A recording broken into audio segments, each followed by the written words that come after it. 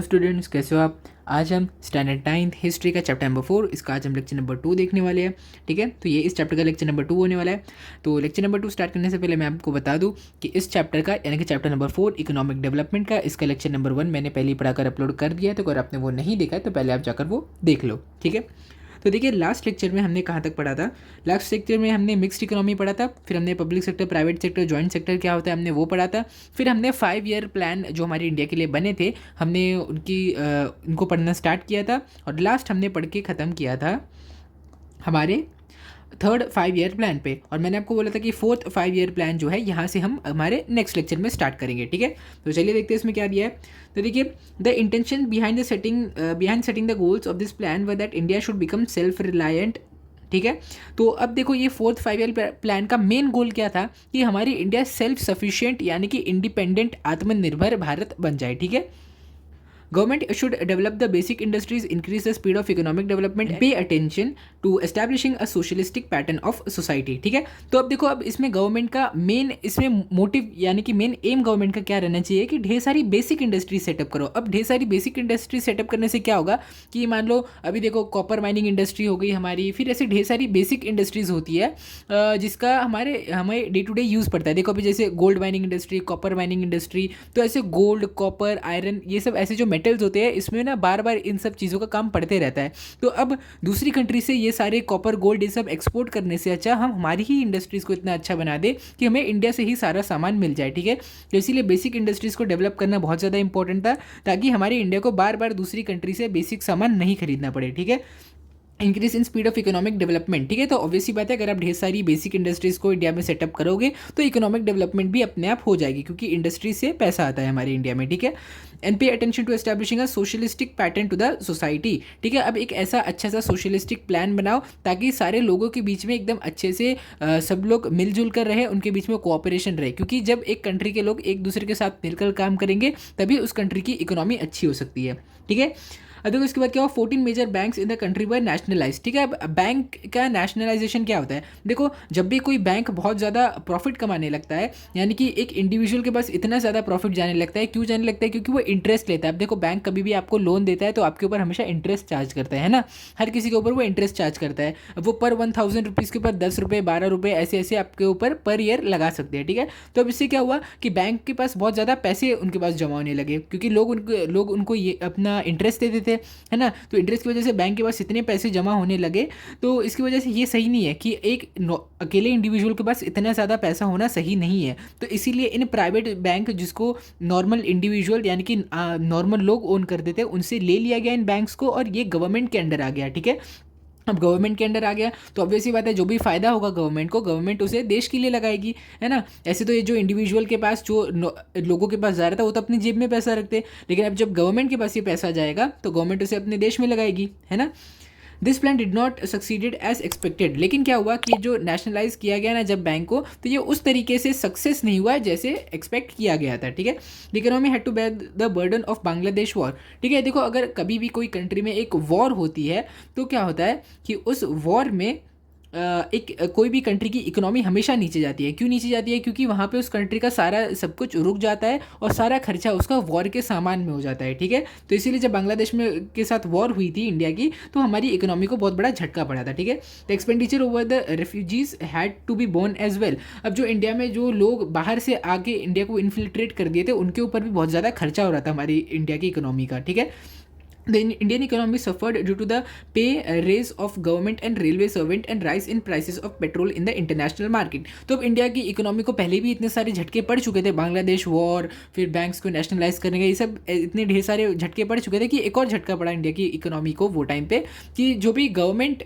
Sector में यानी कि गवर्नमेंट जॉब करने वाले जो भी लोग थे तो उनकी सैलरी बढ़ा दी गई। अब ऑब्वियसली बात है कि गवर्नमेंट को ही उनकी सैलरी देनी पड़ेगी, है ना। तो गवर्नमेंट कहाँ से देगी, हमारे गवर्नमेंट के हमारे जो पैसे हैं गवर्नमेंट के, इंडियन गवर्नमेंट के, उसी से देगी। तो इसकी वजह से हमारी इकोनॉमी नीचे जाने लगी और इंटरनेशनल मार्केट में पेट्रोल के दाम भी बहुत ज़्यादा बढ़ गए, तो इसकी वजह से भी इकोनॉमी नीचे जाने लगी। अब देखते हैं आगे क्या ऐसा चेंज लाया गया जिसकी वजह से ये हमारी ये बिगड़ती इकोनॉमी थोड़ा सही हुई। अब देखेंगे 5th 5 ईयर प्लान को हम। ठीक है, this plan was design with the goal of making India economically self sufficient by elevating poverty ठीक है। तो objectives of the fifth 5 year plan are as follows, ठीक है। अब इसका देखो, इसका भी मेन एम क्या था कि हमारी इंडिया को इकोनॉमिकली सेल्फ सफिशिएंट बनाओ, यानी कि हमारी भारत को आत्मनिर्भर बनाओ और हमारी देश से जो गरीबी है यानी कि पॉवर्टी उसको निकाल दो, ठीक है। अब इसके ऑब्जेक्टिव मेन क्या थे? Increase in national income. देखो ऑब्वियस सी बात है, जब आप आम जनता की इनकम यानी कि उनकी सैलरी बढ़ाओगे तो हमारी इंडिया की इकोनॉमी अपने आप अच्छी हो जाएगी, ठीक है। Make large scale employment available, ठीक है। जितनी ज़्यादा जॉब्स अवेलेबल होगी, एम्प्लॉयमेंट यानी कि जॉब, जितनी जॉब अवेलेबल होगी उतनी अच्छी हमारी इकोनॉमी होगी। Supply education, nutritious food and drinking water. देखो एजुकेशन अगर लोगों को मिलेगी तो ऑब्वियसली बात है वो अच्छी जॉब करेंगे तो हमारी इकोनॉमी जल्दी जल्दी आगे बढ़ेगी। न्यूट्रिशियस फूड और ड्रिंकिंग वाटर, जब हमारी जो जनता है वो हेल्दी होगी तो वो और अच्छे से काम करेगी, और जब वो और अच्छे से काम करेगी तो हमारी इकोनॉमी में भी बूस्ट आएगा, है ना। To make facilities of medical treatment available in rural areas. अब जो भी मेडिकल ट्रीटमेंट होते हैं जो बड़े बड़े शहरों में मिलते हैं उन्हें गाँव में भी आपको अवेलेबल करना पड़ेगा, ठीक है। To supply electricity and means of communication. देखो अभी इलेक्ट्रिसिटी और अच्छा मोड ऑफ ट्रांसपोर्ट होना बहुत ज़रूरी है अगर हमें रैपिड डेवलपमेंट चाहिए कोई भी कंट्री में, है ना। Implement social welfare schemes on a wide scale. अब आम जनता के वेलफेयर में जो भी स्कीम बनती है आम जनता के बेनिफिट के लिए, वो सारी स्कीम को इम्प्लीमेंट करना भी बहुत ज़रूरी पड़ जाता है, ठीक है। क्योंकि जब आम जनता को बेनिफिट होगा तभी वो अच्छे से काम करेगी और कोई भी देश की इकोनॉमी अच्छी होगी, है ना। Bring about development of agriculture, increase the basic industries. अब जो एग्रीकल्चर, क्योंकि हमारी इंडिया को लैंड ऑफ एग्रीकल्चर भी कहा जाता है, इसीलिए हमें एग्रीकल्चर पे बहुत ज़्यादा फोकस करना चाहिए और हमें बेसिक इंडस्ट्रीज जिसकी हमने हमारे 4th ईयर प्लान में जिसकी बात की थी उसे भी और ज़्यादा बढ़ाना चाहिए, ठीक है। Purchase food grain and other life sustaining goods by monopoly purchase and make them available to poor at reasonable prices through a public distribution system, ठीक है। अब जो भी फूड ग्रेन्स थे और जो भी गुड्स होते हैं, अलग अलग टाइप के गुड्स और फूड ग्रेन्स होते हैं, उनको परचेज करना चाहिए और उन्हें एक अच्छे से रीजनेबल प्राइस के थ्रू आम जनता में डिस्ट्रीब्यूट करना चाहिए, ठीक है। अभी आप एक राशन सिस्टम भी आप जानते होंगे, है ना। राशन में क्या होता है कि जो गरीब लोग होते हैं उन्हें कम दामों में बेसिक चीज़ें जैसे कि चावल, दाल, ये सब उन्हें बेसिक सामान उनको थोड़े कम प्राइस में दिए जाते हैं ना, तो वो भी इसी का ही पार्ट है क्योंकि वो गवर्नमेंट के द्वारा दिए जाते हैं, इसीलिए, ठीक है। अब आगे देखते क्या है। During the fifth plan it was not possible to achieve the goals of removal of poverty and employment. देखो अभी फिफ्थ जो प्लान था, हमने फिफ्थ 5 ईयर प्लान अभी जो पढ़ा उसमें बातें तो बहुत बड़ी बड़ी की गई थी, बहुत सारी बातें की गई थी कि ये करेंगे वो करेंगे ये करेंगे, लेकिन वो सारी चीज़ें हो नहीं पाई। अनफॉर्चुनेटली वो सब हुआ नहीं फिफ्थ 5 ईयर प्लान में। तो इसीलिए क्या हुआ, साल 1977 में जो कांग्रेस पार्टी, वो टाइम की रूलिंग पार्टी जिसने सारे वादे किए थे, वो डिफीट हो गई और एक नई पार्टी को चूज़ किया गया जिसका नाम है जनता पार्टी, ठीक है। और ये जनता पार्टी पावर में आ गई, ठीक है। अब इस नई गवर्नमेंट ये जो थी ना, इन्हें ये फिफ्थ 5 ईयर प्लान इनको अच्छा नहीं लगा, इसीलिए इन्होंने इस फिफ्थ 5 ईयर प्लान को मार्च 1978 में ख़त्म कर दिया, ठीक है। और एक रोलिंग प्लान इन्होंने स्टार्ट किया जो कि अप्रैल 1978 से शुरू हुआ, ठीक है। अब क्योंकि ये प्लान बहुत बुरे तरीके से फेल हो गया, इसीलिए साल 1980 में फिर से इलेक्शन हुए और ये पार्टी सिर्फ 3 साल तक अपने टेन्योर में रह पाई। इसके बाद वापस से कांग्रेस पार्टी पावर में आ गई, ठीक है। कांग्रेस पार्टी वापस से इलेक्शन में जीत गई क्योंकि ये पार्टी सही से अपना काम नहीं कर पाई थी, जो थी जनता पार्टी, ठीक है। तो अब देखो, अब जब कांग्रेस वापस से पावर में आ गई तो इन्होंने इस रोलिंग प्लान को हटा दिया और फिर से अपना जो पुराना 5 ईयर प्लान था उसको इम्प्लीमेंट कर दिया वापस इंडिया में, ठीक है। अब देखते हैं सिक्स्थ 5 ईयर प्लान में क्या हुआ। Sixth 5 year plan, this plan also stressed upon elevation of poverty and employment generation. देखो तो हर अभी देखोगे कि आप first, second, third, fourth, fifth, six, seventh, eighth, ninth, हम लोग जितने भी अभी 5 ईयर प्लान पढ़ने वाले हैं उनमें मेन मोटिव यही रहने वाला है कि एम्प्लॉयमेंट बढ़ाओ, देश की इकोनॉमी अच्छी करो और देश से गरीबी को मिटाओ, ठीक है। सारे प्लान्स का मेन मोटिवेशन यही है, मतलब मेन मोटो उनका यही है कि गरीबी हटाओ और इकोनॉमी अच्छी करो, ठीक है। This plan had the following objective. अब इसके ऑब्जेक्टिव पड़ते हैं significant increase growth rate in the economy, ठीक है। देखो इसका भी यही एम है कि इकोनॉमी बूस्ट करो, reduce the rate of poverty यानी कि गरीबी हटाओ, अनएम्प्लॉयमेंट हटाओ यानी कि जो बेरोजगारी है उसको हटाओ, shape and implement a population policy so that people adopt the small family norm voluntarily and thus keep the population under control, ठीक है। तो अभी देखो कि ओवर पॉपुलेशन का जो ये इशू है ये बहुत टाइम से हमारी कंट्री में चलते आ रहे हैं। देखो आज भी हमारी पॉपुलेशन आज भी कंट्रोल में नहीं है, ये बहुत तेज़ी से आगे बढ़ रही है, ठीक है। तो इसीलिए पॉपुलेशन पॉलिसी होना बहुत ज़्यादा ज़रूरी हो जाता है ताकि लोग इस 2 चाइल्ड पॉलिसी, एक 2 चाइल्ड पॉलिसी होती है ना कि हम दो हमारे दो, ऐसा स्लोगन चलता है ना, तो ये जो 2 चाइल्ड पॉलिसी ये बहुत ज़्यादा इम्पॉर्टेंट है और इसकी वजह से देखो, अगर कोई भी फैमिली छोटी है तो वहाँ के लोग कम होंगे और कंट्री की पॉपुलेशन कम होगी, तो कंट्री की गवर्नमेंट के ऊपर भी कम प्रेशर आएगा कि लोगों को संभालने का। देखो, ऑब्वियस सी बात है, जितने ज़्यादा लोग होंगे गवर्नमेंट को उतना ही ज़्यादा काम करना पड़ेगा, इकोनॉमी पे उतना ही ज़्यादा बर्डन आएगा। इसीलिए कम पॉपुलेशन कोई भी कंट्री के लिए मॉडरेट पॉपुलेशन हमेशा सही होती है, ना ही ज़्यादा होनी चाहिए ना ही कम होनी चाहिए, ठीक है। The following programmes were implemented in the 6th 5-year plan. अब देखो, अब जो 6th 5-year प्लान था उसमें ये सारी चीज़ों को इम्प्लीमेंट किया गया। अब देखते हो कौन से प्रोग्राम थे। इंटीग्रेटेड रूरल डेवलपमेंट, इसमें क्या हुआ कि रूरल एरियाज यानी कि जो गांव खेड़े वाले जो इलाके हैं उनकी डेवलपमेंट पे खास फोकस किया गया इनमें। Rural landless employment guarantee programme, तो इस प्रोग्राम में क्या हुआ कि जो भी गाँव में जो गरीब किसान मजदूर जो भी होते थे जिनके पास खुद की ज़मीन नहीं होती थी, उनकी एम्प्लॉयमेंट की गारंटी लेने का इसमें वादा किया गया था, ठीक है। नेशनल रूरल एम्प्लॉयमेंट प्रोग्राम, तो इसमें क्या हुआ कि रूरल यानी कि जो गांव खेड़े साइड रहने वाले जो बेरोजगार लोग हैं उनकी एम्प्लॉयमेंट की गारंटी लेना, ठीक है। देखोगे अगर आप तो ये दोनों लगभग सेम ही है ना, फर्स्ट और थर्ड वाले, ठीक है। और एक है सलीम स्टील प्लांट। तो देखो, अब क्योंकि इंडिया में ढेर सारे रेलवेज इंडस्ट्रीज़, बड़ी बड़ी इंडस्ट्रीज़, माइनिंग इंडस्ट्रीज, ये सब सेटअप हो रही थी, तो इसीलिए बहुत ज़्यादा इंपॉर्टेंट था कि हमारे पास खुद का एक स्टील प्लांट हो ताकि हमें बाकी कंट्री से स्टील एक्सपोर्ट ना करना पड़े। तो इसमें क्या, इस प्रोग्राम में क्या किया गया था कि स्टील प्रोडक्शन पे बहुत ज़्यादा स्ट्रेस दिया गया था, ठीक है।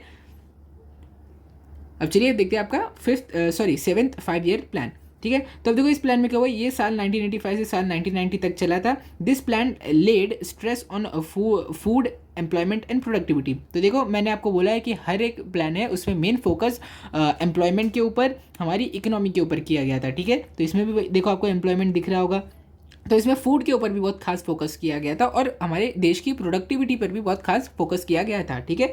अब इसके मेन ऑब्जेक्टिव्स देखते हैं क्या है। डेवलपमेंट मॉडर्नाइजेशन, ठीक है। डेवलपमेंट होना बहुत ज़्यादा ज़रूरी है, कोई भी कंट्री में डेवलपमेंट के बिना उसकी इकोनॉमी इंप्रूव नहीं हो सकती, ठीक है। अब डेवलपमेंट देखो, जैसे जैसे डेवलपमेंट होगी वैसे वैसे ही हमारी इंडिया मॉडर्नाइज होगी, यानी कि मॉडर्नाइजेशन आएगा, ठीक है। सेल्फ रिलायंस, यानी कि हमें आत्मनिर्भर होना बहुत ज़्यादा ज़रूरी है, हमें ज़्यादा दूसरे देशों पर डिपेंड नहीं रहना चाहिए, ठीक है। सोशल जस्टिस, तो देखो हमारे इंडिया में वैसे भी बहुत ज़्यादा भेदभाव होते आ रहा है, तो इसीलिए ताकि गरीब लोग जो नीची जात वाले हैं उनके साथ हमेशा जस्टिस हो, इसीलिए सोशल जस्टिस पे भी बहुत ज़्यादा फोकस इसमें किया गया था। Improving the techniques of production, हमारी कंट्री में जो भी अलग अलग तरीके के प्रोडक्ट्स का प्रोडक्शन होता है उसकी टेक्निक पर भी खास फोकस किया गया और इन्हें इम्प्रूव किया गया इसमें। To achieve an yearly increase in national income of 5% and increase in food grain production. तो अभी इसके नेक्स्ट एम क्या थे कि जो भी लोगों की जो नेशनल इनकम है, यानी कि भारत की जो भी एवरेज नेशनल इनकम है उसमें हमेशा 5% इंक्रीज आना चाहिए, ठीक है। यानी कि अभी मान लो अगर आज लोग 10,000 कमा रहे हैं तो अगले साल 10,500 हो जानी चाहिए उनकी मंथली सैलरी, ठीक है। तो ये था 5% इंक्रीज, ठीक है। और फूड ग्रेन प्रोडक्शन पे भी हमें एक इंक्रीज देखने को इसमें मिला था। अब देखते हैं कि the following programmes were started in this plan. अब इस प्लान में कौन से प्रोग्राम स्टार्ट हुए थे हम देखते हैं। जवाहर रोजगार योजना, ठीक है। तो रोजगार से ही आपको दिख रहा होगा कि इसमें एम्प्लॉयमेंट के ऊपर खास फोकस किया गया था इस योजना में। इंडिया आवास योजना, तो देखो अभी जो इंडियन आवास योजना है इसमें खास फोकस किया गया था कि जो हाउसलेस लोग हैं, यानी कि जो होमलेस लोग हैं जिनके पास खुद के घर नहीं है, उनको घर प्रोवाइड करना, इसका ये मेन जो एम था ये था, ठीक है। स्कीम ऑफ 10 लाख वेल्स, तो इस स्कीम में तो आपको नाम से ही दिख रहा होगा कि इसमें 10 लाख कुएं बनाने का इसमें फैसला लिया गया था, ठीक है। The 7th plan prove to be important from the point of view of employment generation, ठीक है। अब जो 7th 5-year प्लान था इसमें हमें क्या देखने को मिला कि इस प्लान ने जो भी वादे किए थे कि जॉब्स बढ़ाएंगे, तो उसके हिसाब से हमें देखने भी मिला कि एम्प्लॉयमेंट वो टाइम पे बढ़ गई थी, ठीक है। अब देखते हैं 8th 5-year प्लान जो 1992 से 1997 तक चला। This plan give a lot of scope to the private sector. तो अब देखो इस प्लान का मेन जो स्कोप था, यानी कि इसने किसकी हेल्प की, प्राइवेट सेक्टर की बहुत ज़्यादा हेल्प की, यानी कि वो सेक्टर जिसमें बड़ी बड़ी इंडस्ट्रीज़ को इंडिविजुअल्स ओन करते हैं, ठीक है। The plan had the following features too, ठीक है। अब देखो इस प्लान के जो फॉलोइंग फीचर्स थे हम उसको देखने वाले हैं। To maintain the rate of growth in national income at 6.5%। अब हमारी जो इंडिया की नेशनल एवरेज आमदनी है उसमें 6.5% का इंक्रीज चाहिए, ठीक है। फॉर एग्जाम्पल अभी देखो अगर हमारी नेशनल इनकम 10,000 पर मंथ है तो वो अगले साल हो जानी चाहिए 10,650 रुपीज़ पर मंथ, ठीक है। To control the growth of population, देखो पॉपुलेशन ग्रोथ है उसको कंट्रोल करना भी बहुत ज़्यादा इंपॉर्टेंट इंपॉर्टेंट है। To encourage the programme of family planning का प्रोग्राम इंक्लूड करो ताकि जो हमारे इंडिया की पॉपुलेशन है वो कंट्रोल में आए। टू रिमूव इलिटरेसी, जो एजुकेशन की कमी हमारे इंडिया में थी उसको हम हटाएंगे। कैसे करेंगे? एक्सपेंशन ऑफ प्राइमरी एजुकेशन, जो प्राइमरी मोस्ट इंपॉर्टेंट एजुकेशन होती है उसको हम हमारी पूरी इंडिया में वाइड स्प्रेड तरीके से इम्प्लीमेंट करवाएंगे ताकि हमारे भारत से इलिटरेसी खत्म हो। ठीक है, अब इस प्रोग्राम में कौन से प्लान थे हम देखते हैं। प्रधानमंत्री रोजगार योजना, देखो इस प्लान में भी आपको रोजगार से दिख रहा है, इसमें मेन फोकस किया गया था एम्प्लॉयमेंट के ऊपर। महिला समृद्धि योजना, इसमें मेन एम था वुमेन एम्पावरमेंट। ठीक है, राष्ट्रीय सामाजिक आर्थिक सहाय योजना, देखो आर्थिक सहाय यानी कि इकोनॉमिक सपोर्ट। ठीक है, तो इसका मेन जो मोटिव था इसका हमारी कंट्री को इकोनॉमिक सपोर्ट प्रोवाइड करना, जो नॉर्मल गरीब लोग हैं उनको भी एक इकोनॉमिक सपोर्ट प्रोवाइड करना था। ये जो मूवमेंट थी इसका मेन प्लान। ठीक है, मिड डे मील स्कीम तो आपको पता ही होगा, जो गवर्नमेंट स्कूल होते हैं उसमें जो बच्चे आते हैं, तो देखो अगर आप प्राइवेट स्कूल में पढ़ते हो तो आप अपने घर से टिफ़िन लेके जाते होगे, लेकिन वो बच्चे जो गवर्नमेंट स्कूल में आते हैं उनके पास इतने पैसे नहीं होते कि वो हर दिन खुद की एक टिफ़िन लेके आए। ठीक है, तो इसमें क्या होता है, मिड डे मील स्कीम चलती है यहाँ पे। ठीक है, मिड डे मील स्कीम में क्या होता है कि जब रिसेस होती है तो इन्हें एक अच्छा सा प्रॉपर न्यूट्रिशियस पौष्टिक खाना दिया जाता है बच्चों को। ठीक है, गवर्नमेंट स्कूल में।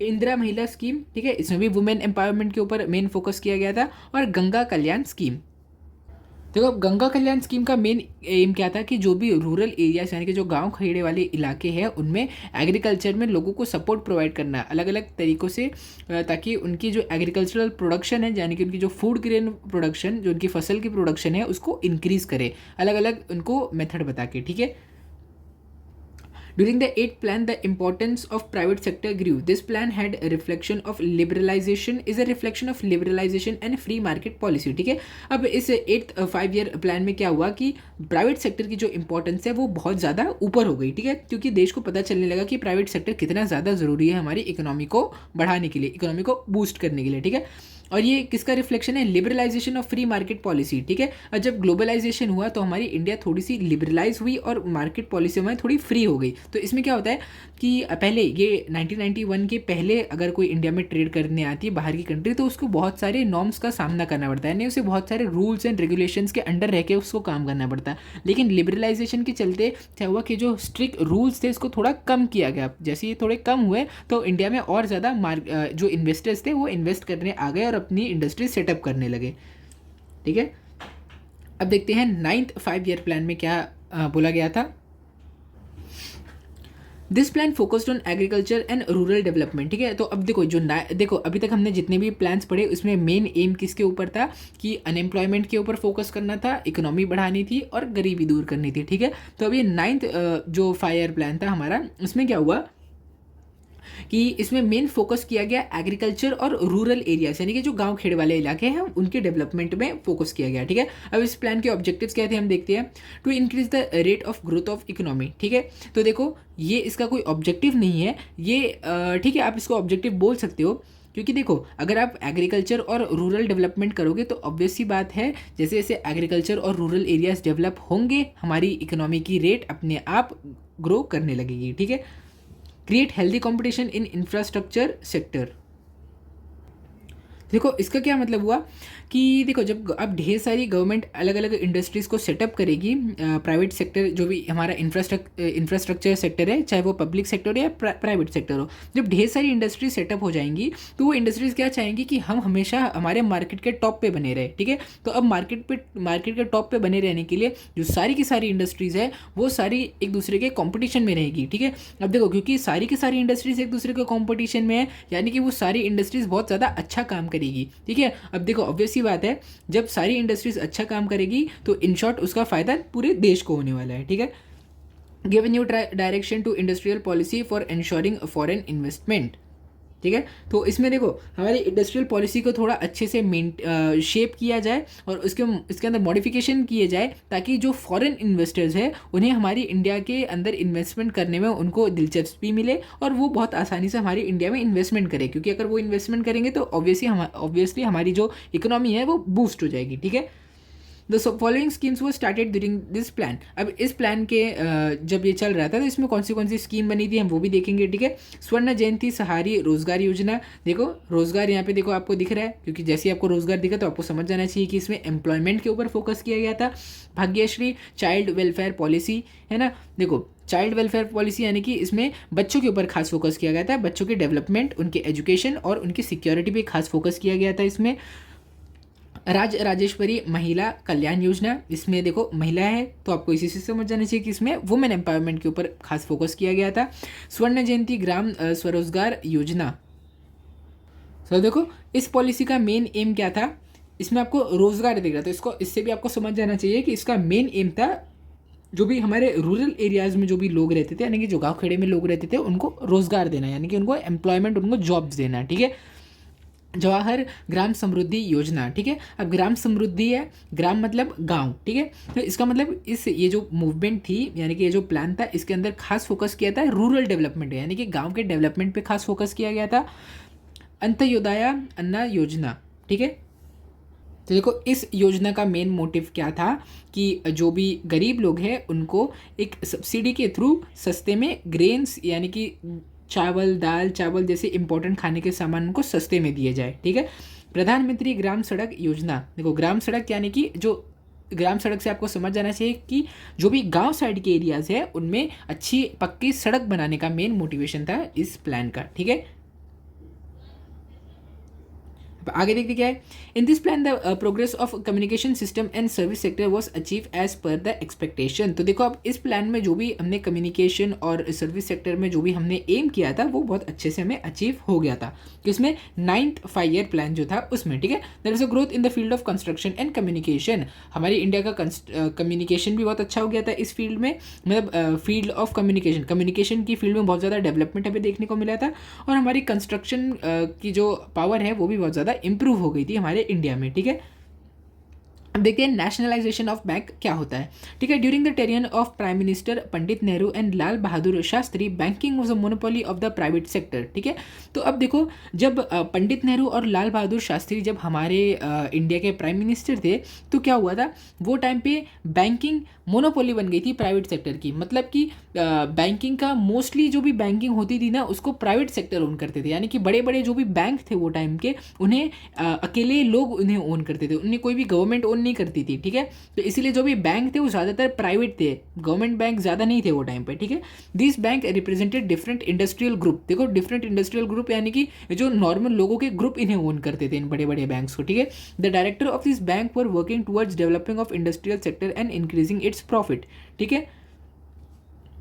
तब क्या होगा कि ये बैंक जो था ये ढेर सारे इंडस्ट्रियल सेक्टर को डेवलप कर रहा था और खुद के प्रॉफिट पे बहुत ज़्यादा फोकस कर रहा था। ये ज़्यादा फोकस क्या कर रहा था कि हम बड़े बड़े बहुत ज़्यादा हाई इंटरेस्ट लेंगे और अपने प्रॉफिट्स को हम इंप्रूव करते आएंगे, ठीक है। तो अब क्या हुआ कि क्योंकि इतने ज़्यादा ये इंटरेस्ट लगाने लगे थे, इतना खुद के प्रॉफिट पे फोकस करने लगे थे, तो इसको रोकने के लिए गवर्नमेंट ने क्या किया कि जो बैंक थे उनको, जो इंपीरियल बैंक्स जो थे उनको नेशनलाइज कर दिया गया, यानी कि जो प्राइवेट बैंक थे उनको हटाकर उन्हें एक हमारे गवर्नमेंट बैंक में कन्वर्ट कर दिया गया, जिसका नाम है स्टेट बैंक ऑफ इंडिया, ठीक है, SBI भी जिसे आप बोलते हो, ठीक है। This bank open several branches all over the country in a short while and played a major role in development. तो अब जैसे ये स्टेट बैंक ऑफ इंडिया यानी कि जो SBI बैंक जो है, आज भी आप इसका नाम बहुत सुनते होंगे, ये बैंक ने बहुत ही कम समय में अपने ढेर सारे ब्रांचेस पूरी की पूरी कंट्री में खोल दिए, ठीक है। और इसने हमारी इंडिया की इकोनॉमिक डेवलपमेंट पे बहुत ज़्यादा इंपॉर्टेंट डेवलपमेंट रोल प्ले किया है, ठीक है। अब देखते हैं बैकग्राउंड ऑफ नेशनलाइजेशन, ठीक है। India had adopted a mixed economy after independence, ठीक है। तो ये तो हमने चैप्टर के शुरू में ही पढ़ा था कि इंडिया ने मिक्स्ड इकोनॉमी सिस्टम को अडॉप्ट किया था। Nationalisation of bank was essential to cover the deficits if they occurred while implementing different scheme, ठीक है। तो इसीलिए नेशनलाइजेशन ऑफ बैंक बहुत ज़्यादा इंपॉर्टेंट पड़ गया था, ठीक है। क्योंकि हम ढेर सारी अलग अलग तरीके की स्कीम जब हम इम्प्लीमेंट कर रहे थे तो इसकी वजह से क्या था, देखो कई टाइम पे आपने ऐसा सुना होगा कई केसेस में कि जो किसान थे वो जो लोन लेते थे, गवर्नमेंट कई टाइम क्या करती है कि इनके लोन्स को माफ़ कर देती है, ठीक है। तो लेकिन ऐसा ये जो चीज़ है ये सिर्फ आपको गवर्नमेंट बैंक से देखने को मिल सकता है, जो प्राइवेट सेक्टर है वो कभी भी किसी नॉर्मल इंसान के लोन को माफ़ नहीं करेंगे, ठीक है, क्योंकि उनको सिर्फ अपना प्रॉफिट चाहिए होता है। और गवर्नमेंट क्या करेगी, वो लोगों के अच्छे के लिए काम करेगी, ठीक है। तो इसीलिए ये बैंक्स को नेशनलाइज करना बहुत ज़्यादा इंपॉर्टेंट पड़ गया था ऐसी ही अलग अलग टाइप की स्कीम्स की वजह से, ठीक है। Also the profits of this banks would come into the government treasury, ठीक है। तो ये मैंने आपको बोला था कि जो प्रॉफिट जो थे, जब ये बैंक्स प्राइवेट थे तो इनके प्रॉफिट किसके जेब में जाते थे, जो इंडिविजुअल इन्हें ओन करते थे, ठीक है। लेकिन क्या हुआ, क्योंकि ये बैंक नेशनलाइज हो चुके थे, इसीलिए इन बैंक का जो भी प्रॉफिट था वो गवर्नमेंट के पास जा रहा था, ठीक है। Along with this, the policy of developing small industries and pharmaceutical industries has to be implemented, ठीक है। तो अब देखो, अब क्योंकि गवर्नमेंट के पास इतना ज़्यादा प्रॉफिट आने लगा, तो इसीलिए बहुत ज़्यादा इंपॉर्टेंट हो गया था कि वो ढेर सारी स्मॉल स्केल इंडस्ट्रीज़ को डेवलप करेंगे और ढेर सारी फार्मास्यूटिकल, यानी फार्मास्यूटिकल इंडस्ट्रीज़ क्या होती है कि जहाँ पे दवाइयाँ बनती है, ठीक है। ऑब्वियसली बात है कि दवाइयाँ बहुत ज़्यादा इंपॉर्टेंट होती है कोई भी कंट्री के लिए, इसीलिए हमारी इंडिया को खास फोकस करना पड़ा दवाइयों की इंडस्ट्रीज़ को भी डेवलप करने में, ठीक है। Lal Bahadur Shastri undertook the experiment of green revolution in order to overcome food shortage and drought, ठीक है। तो अब जो हमारे इंडिया के वो टाइम के प्राइम मिनिस्टर लाल बहादुर शास्त्री जी थे, इन्होंने किस एक्सपेरिमेंट को अपने हाथों में लिया कि ग्रीन रेवोल्यूशन लाएंगे। ग्रीन रेवोल्यूशन के चलते क्या हुआ कि एग्रीकल्चरल प्रोडक्शन जो था हमारे भारत का वो बहुत ज़्यादा इंप्रूव हो गया, ठीक है। तो इसकी वजह से जब भी कोई ड्रॉट यानी कि कोई भी अकाल या सूखा जब भी पड़ता था तो हमारी इंडिया को उतनी ज़्यादा फूड शॉर्टेज को नहीं झेलना पड़ता था। क्यों? क्योंकि ग्रीन रेवोल्यूशन ने पहले ही हमारे फूड प्रोडक्शन को बहुत ज़्यादा इंप्रूव कर दिया था, ठीक है। During the tenure of Prime Minister Indira Gandhi, Congress Forum for Socialist Action, a group in the Congress Party inspired by socialist ideas, made a demand for nationalization of commercial bank, ठीक है। तो अब जब इंदिरा गांधी हमारे India के prime minister थे तो क्या हुआ, एक Congress forum for socialist action, ये एक ग्रुप था, ये कांग्रेस पार्टी का ही खुद का एक ग्रुप था। ये किस आइडिया से इंस्पायर्ड था, वो सोशलिस्ट आइडिया से इंस्पायर्ड था। अब सोशलिस्ट आइडियाज़ में क्या होता है कि नॉर्मल जो आम जनता होती है उनके सोशल वेलफेयर पे खास फोकस किया जाता है, ठीक है। तो अब क्या हुआ कि इस जो ये भी हमारी जो एक्शन यानी कि जो हमारा ग्रुप था, ये कांग्रेस पार्टी का जो ग्रुप था, इसने क्या बोला कि बैंक्स को नेशनलाइज करो, ठीक है। अब कि बैंक्स को नेशनलाइज करने की इन्होंने एक डिमांड रखी, ठीक है। अब जो कम्युनिस्ट पार्टी थी उसने भी इस डिमांड को बहुत ज़्यादा सपोर्ट किया, क्योंकि कोई भी बैंक को जब आप नेशनलाइज करोगे तो बहुत ज़्यादा इंपॉर्टेंट हो जाता है उसका रोल, मतलब उस बैंक का बहुत इंपॉर्टेंट रोल हो जाता है हमारे देश की डेवलपमेंट में, ठीक है। एग्जाम्पल मैंने अभी आपको दिया कि अभी मान लो बहुत सारे केसेस में आपको ऐसा देखने को मिला कि जो किसान थे उनके लोन्स को माफ़ कर दिया जाता था, ठीक है। इसीलिए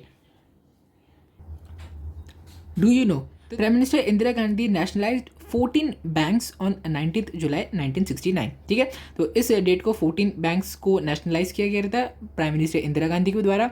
देखते हो कौन से बैंक थे। Allahabad bank, bank of Baroda, bank of India, bank of Maharashtra, Canara bank, central bank of India, Dena bank, Indian overseas bank, Punjab national bank, syndicate bank, union bank of India, united commercial bank UCO bank, union bank of India, ठीक है। और साल 1980 में और 6 यानी कि 6 मोर banks पर nationalise, ठीक है। और 6 बैंक्स को नेशनलाइज कर दिया गया, ठीक है। हो सकता है अभी जो मैंने 14 बैंक्स का नाम लिया इसमें से कई सारे बैंक्स का नाम आपको पता हो, क्योंकि वो आज भी बहुत ज़्यादा प्रोमिनेंट तरीके से प्रेजेंट है, ठीक है। जैसे कि कैनरा बैंक हो गया, सेंट्रल बैंक ऑफ इंडिया हो गया, फिर हमारा हो गया Punjab national bank, bank of Baroda, ऐसे बहुत सारे बैंक आज भी आपको देखने को मिलते हैं, ठीक है। तो यहाँ पे देखिए, यहाँ पे हमने इसको भी कंप्लीट कर लिया है। अभी 20 पॉइंट प्रोग्राम आपका बचा हुआ है, ठीक है। इसको हम कर लेते हैं, फिर मैं बोलता हूँ हम यहाँ पे हमारा लेक्चर एंड कर देंगे, ठीक है। फिर नेक्स्ट बचा हुआ जो चैप्टर है पूरा का पूरा चैप्टर हम हमारे लेक्चर नंबर 3 में खत्म कर देंगे, ठीक है। तो अभी देखते हैं मेन 20 पॉइंट प्रोग्राम के मेन मोटिवेशन, मेन मोटोस यानी कि मेन इनके ऑब्जेक्टिव्स क्या थे, ठीक है। Prime minister Indira Gandhi announced 20 point programme on 1 July 1975। इस डेट को इस प्लान की अनाउंसमेंट की गई थी प्राइम मिनिस्टर इंदिरा गांधी ने, and resolve to make efforts towards rapidly becoming a developed nation, ठीक है। तो अब इस 20 पॉइंट प्रोग्राम का मेन एफर्ट क्या था कि ये एफर्ट लगाए ताकि हमारी इंडिया एक रैपिडली डेवलप्ड नेशन बनने के पाथ पे आगे बढ़ते रहे, ठीक है। अब इसके मेन प्रोविजंस क्या थे हम देखते हैं। Land ceiling for cities and agricultural land, equal division of wealth, minimum wages for workers, increase in water conservation scheme। देखो लैंड सीलिंग का क्या होता है, मतलब देखो अगर कोई भी एक बहुत बड़ी कोई भी इंडस्ट्री है या फिर कोई बहुत ज़्यादा अमीर आदमी है तो वो क्या करते हैं, वो ज़रूरत से ज़्यादा जगह एक सिटी में खरीद लेते हैं। तो इसकी वजह से क्या होता है, जो गरीब लोग होते हैं उनको बहुत ज़्यादा महंगे दाम में घर खरीदने पड़ते हैं, ठीक है। और क्योंकि वो इतना अफोर्ड नहीं कर पाते इसीलिए वो होमलेस रह जाते हैं, ठीक है। तो इसीलिए इस लैंड सीलिंग स्कीम में क्या किया गया कि बस एक लिमिटेड अमाउंट ऑफ लैंड दी जाती थी, मतलब कि एक लिमिट रखी जाती थी। ऐसा नहीं कि अगर कोई बहुत ज़्यादा अमीर इंसान है तो वो पूरी की पूरे एरिया को ही खरीद ले, कि वहाँ पर क्या होता था कि एक मिनिमम अमाउंट ऑफ जगह ही, आप उससे ज़्यादा जगह नहीं खरीद सकते कोई भी जगह पे, ताकि सबको अपनी अपनी जगह मिले उस जगह पर, ठीक है, उस सिटी में। ओके। एंड एग्रीकल्चरल लैंड, ठीक है, एग्रीकल्चरल लैंड का भी सेम वही एग्जांपल था, जैसे सिटीज़ का था वैसे ही एग्रीकल्चरल लैंड में भी आपको लैंड सीलिंग देखने को मिलती है, ठीक है। इक्वल डिवीजन ऑफ वेल्थ, जो वेल्थ है उसका बहुत इक्वल डिवाइड होना चाहिए। ऐसा नहीं है कि अगर आप मान लो कोई भी एक एरिया है, वहाँ पे 1000 जन रहते हैं और बाकी सारे जो 900 जन हैं उनके पास सिर्फ 1-1 लाख रुपए हो, और जो 100 जन है उनके पास 100-100 करोड़ रुपए हो, तो ये अनइक्वल डिवीजन हो गया ना वेल्थ का, कि सिर्फ 100 जन के पास इतना ज़्यादा पैसा है, बाकी सब इतने गरीब है ना। तो इसको हटाना चाहिए और एकदम इक्वल डिवीजन ऑफ वेल्थ लाना चाहिए, ठीक है। मिनिमम वेजेस फॉर वर्कर, यानी कि जो भी काम करने वाले मजदूर है उनको एक मिनिमम सैलरी ज़रूर प्रोवाइड करनी चाहिए। वो उससे ज़्यादा तो हो सकती है लेकिन उस मिनिमम वेज से कम नहीं हो सकती, ठीक है। जो मिनिमम सैलरी है उससे कम नहीं होनी चाहिए, उसको हम बोलते हैं minimum wage. Increase in water conservation scheme, ठीक है। अब पानी बचाने के भी बहुत अलग अलग तरीके की स्कीम लाई गई, ठीक है, क्योंकि ऑब्वियस सी बात है, आपको पता है पानी हमारे देश के लिए कितना ज़्यादा इंपॉर्टेंट है, ठीक है। सेकंड क्या है, workers participation in industry national training scheme freeing bonded labour, ठीक है। एक बॉन्डेड लेबर बहुत ज़्यादा ये होता है, ये एक बहुत खतरनाक चीज़ होती है, ठीक है। इसमें क्या होता है कि जो भी इंडस्ट्रीज़ होती है वो वर्कर को फंसा लेते हैं अपने अंदर और बोलते हैं कि अपना लोन चुकाओ, अपना कर्जा चुकाओ, या तो इस इंडस्ट्री के लिए हमेशा के लिए काम करो, ठीक है। अब वो चाह कर भी जो लेबर है वो उस इंडस्ट्री को नहीं छोड़ सकता क्योंकि वो कर्ज में डूबा है, ठीक है। तो इस चीज़ को हटाना चाहिए, ठीक है। वर्कर्स पार्टिसिपेशन इन इंडस्ट्री, जब देखो जितनी ज़्यादा वर्कर इंडस्ट्रीज़ में पार्टिसिपेट करेंगे उतनी ज़्यादा इंडस्ट्रीज़ डेवलप होगी, ठीक है। नेशनल ट्रेनिंग स्कीम, अब देखो जो वर्कर जो इंडस्ट्री में काम कर रहे हैं ऑब्वियसली बात है उन्हें ट्रेनिंग अच्छी मिलनी चाहिए। अब ऐसा भी कोई भी इंसान कोई भी इंडस्ट्री में जाके काम नहीं कर सकता है ना, उसको अच्छी ट्रेनिंग मिलनी चाहिए काम करने के लिए, ठीक है। Prevention of tax evasion, economic crimes and smuggling, ठीक है। जो इकोनॉमिक क्राइम्स होते हैं उसको रोकना चाहिए, स्मगलिंग को रोकना चाहिए, और जो टैक्स इवेशन होता है उसको भी रोकना चाहिए। तो देखो अभी अगर आपके कोई भी पेरेंट्स कमाते होंगे तो आपको पता ही होगा ना, अभी मान लो कि आपके पेरेंट्स की जो आपके जो पापा की सैलरी है वो है 50,000 पर मंथ, लेकिन उनके हाथ में कितनी सैलरी आती है 45,000, ठीक है। क्योंकि उनकी सैलरी तो 50,000 है लेकिन 45,000 क्यों आती है, क्योंकि उनकी सैलरी पे इनकम टैक्स लगता है ना। अब ये टैक्स देखो, हम जो आम जनता होती है हमारे जैसे वो सारे टैक्स देते हैं, हम सारे टैक्स भरते हैं, ठीक है, क्योंकि हमारे हमारे से ही टैक्स लिए जाते हैं और उसी टैक्स से कंट्री की डेवलपमेंट होती है। लेकिन कई बार क्या होता है कि बहुत ज़्यादा जो अमीर लोग होते हैं वो अलग अलग तरीके ढूंढते हैं ताकि उन्हें टैक्स देने से बचना पड़े, और इस चीज़ को हम हमारी गवर्नमेंट रोकेगी, ठीक है। इसकी वजह से क्या होगा कि हर कोई इक्वल अमाउंट ऑफ टैक्स देगा, okay. Regulation of prices of basic necessities, अब जो बेसिक सामान है, बेसिक कमोडिटी जैसे कि दाल चावल घी शक्कर, ये सब चीज़ें बेसिक चीज़ें हैं ना, इनकी प्राइसेस बहुत ज़्यादा हाई नहीं जाए, ये एकदम कंट्रोल वे में रहे, ठीक है। Improvement in public distribution system, अब जो आम जनता में जो भी तरीके का जो भी डिस्ट्रीब्यूशन होता है उसको भी इम्प्रूव करना चाहिए हमें, ठीक है। कि क्या होता है कि राशन फैसिलिटीज़ जो है उसको भी अच्छे से जब आप इम्प्रूव करोगे तो ऑब्वियसली बात है कि और ज़्यादा ज़रूरतमंद तक ज़रूरत का सामान सस्ते में पहुँचेगा, ठीक है। तो इसीलिए हमें पब्लिक में डिस्ट्रीब्यूशन की जो स्कीम है उसको इम्प्रूव करना चाहिए। फिफ्थ क्या है, improvement in textile industry by developing handloom sector. अब देखो टेक्सटाइल इंडस्ट्री भी बहुत ज़्यादा इंपॉर्टेंट इंडस्ट्री है, अगर आप जानते होगे तो टेक्सटाइल का बहुत बड़ा एक्सपोर्टर है। हमारे इंडिया में बहुत अलग अलग तरीके के कपड़े बनते हैं, ठीक है, और हमारी इंडिया एक्सपोर्ट भी करती है, ठीक है। बहुत बड़ा मार्केट है हमारी इंडिया का टेक्सटाइल इंडस्ट्री में, टेक्सटाइल यानी कि कपड़ों की इंडस्ट्री, ठीक है। तो अब इसको भी डेवलप करना बहुत ज़्यादा इंपॉर्टेंट था, तो इसीलिए फिर हैंडलूम सेक्टर को भी इंप्रूव करना बहुत इंपॉर्टेंट है। टेक्सटाइल इंडस्ट्री तभी इंप्रूव होगी जब आप हैंडलूम सेक्टर को इंप्रूव करोगे। तो हैंडलूम सेक्टर में क्या होता है कि इसमें बड़ी बड़ी मशीनों का नहीं यूज़ किया जाता है, बल्कि लोग अपने हाथों से चीज़ों को, मतलब सारे कपड़ों को बुनते हैं, सिलते हैं, अपने हाथों से करते हैं, ठीक है। Waiving loans for weaker section, ठीक है। अब जो वीकर सेक्शन है ऑब्वियसली बात है जिसके पास पैसे नहीं, अभी मान लो एक गरीब इंसान है उसको अपना घर ही खरीदना है, तो उसके पास घर खरीदने के पैसे नहीं है, तो ऐसा थोड़ी है कि वो बिना घर के जिएगा, जब तक वो पैसे नहीं कमाता हो तब तक बिना घर के जिए। वो एक लोन ले सकता है ताकि वो अच्छे से अपने खुद का घर खरीद सके, ठीक है। हाउसिंग, देखो अभी मैंने आपको बोला ना कि जब वो लोन लेंगे तो ऑब्वियसली बात है उनकी हाउसिंग हो जाएगी, ठीक है, मतलब उनको खुद का घर मिल जाएगा। कम्युनिकेशन फैसिलिटीज़, यानी कि बहुत देश का जो नेटवर्क है बहुत ज़्यादा अच्छा होना चाहिए। देश का नेटवर्क जितना ज़्यादा अच्छा होगा उतनी ज़्यादा कम्युनिकेशन अच्छी होगी उनके बीच में, है ना, पूरे देश में लोगों के बीच में। Making educational equipment available to the schools, ठीक है। अब देखो स्कूल्स में भी बेसिक एजुकेशन जो इक्विपमेंट होते हैं वो होने ही चाहिए, ठीक है। अभी मान लो कि एक सरकारी स्कूल है, उसमें कौन सी बेसिक एजुकेशनल इक्विपमेंट है, एक ब्लैक बोर्ड होना चाहिए, बेंच होना चाहिए, टीचर्स अवेलेबल होने चाहिए, कैंटीन होना चाहिए जो बच्चों को मिड डे मील प्रोवाइड करे, एक्सपेरिमेंटल सेटअप होने चाहिए। जैसे कि अगर आपने अपने साइंस लैब में देखा होगा कि आपके पास टेस्ट ट्यूब होता है, बीकर होता है, ऐसी अलग अलग टाइप की चीज़ें होती है जैसे आप एक्सपेरिमेंट करते हो। लाइब्रेरी होनी चाहिए स्कूल में। तो देखो ये सारी बेसिक इक्विपमेंट्स है जो कि होना बहुत ज़्यादा इंपॉर्टेंट है। ठीक है, देखो यहाँ पर हमारा ये 20 पॉइंट प्रोग्राम जो था वो भी हमारा कंप्लीट हो गया है। ठीक है, तो अभी यहाँ से हमारा स्टार्ट होगा इश्यूज़ ऑफ वर्कर। ठीक है, तो मुझे लगता है कि ये लेक्चर बहुत ज़्यादा एक्सटेंड हो चुका है, इसीलिए जो बची हुई चीज़ें हैं वो हम हमारे नेक्स्ट लेक्चर में करेंगे और लेक्चर नंबर 3 में हम इस पूरे के पूरे चैप्टर को ख़त्म कर देंगे। ठीक है, मुझे उम्मीद है कि इस चैप्टर में मैंने आपको जो भी एक्सप्लेन किया होगा आपको बहुत अच्छे से समझ गया होगा, क्योंकि जो भी इसमें कॉम्प्लेक्स चीज़ें थी मैंने आपको एकदम ईजी करके समझा दिया है। ठीक है, अब आपको आंसर याद करने में प्रॉब्लम नहीं आएगी। तो मुझे उम्मीद है कि इस चैप्टर के सारे इवेंट्स, इंपॉर्टेंट इवेंट्स, डेट्स और सारी चीज़ें आपको एकदम क्रिस्टल क्लियर हो गई होंगी। तो अगर आपको वीडियो अच्छा लगा होगा तो इस वीडियो को लाइक करो, शेयर करो, चैनल को सब्सक्राइब करो। Thank you.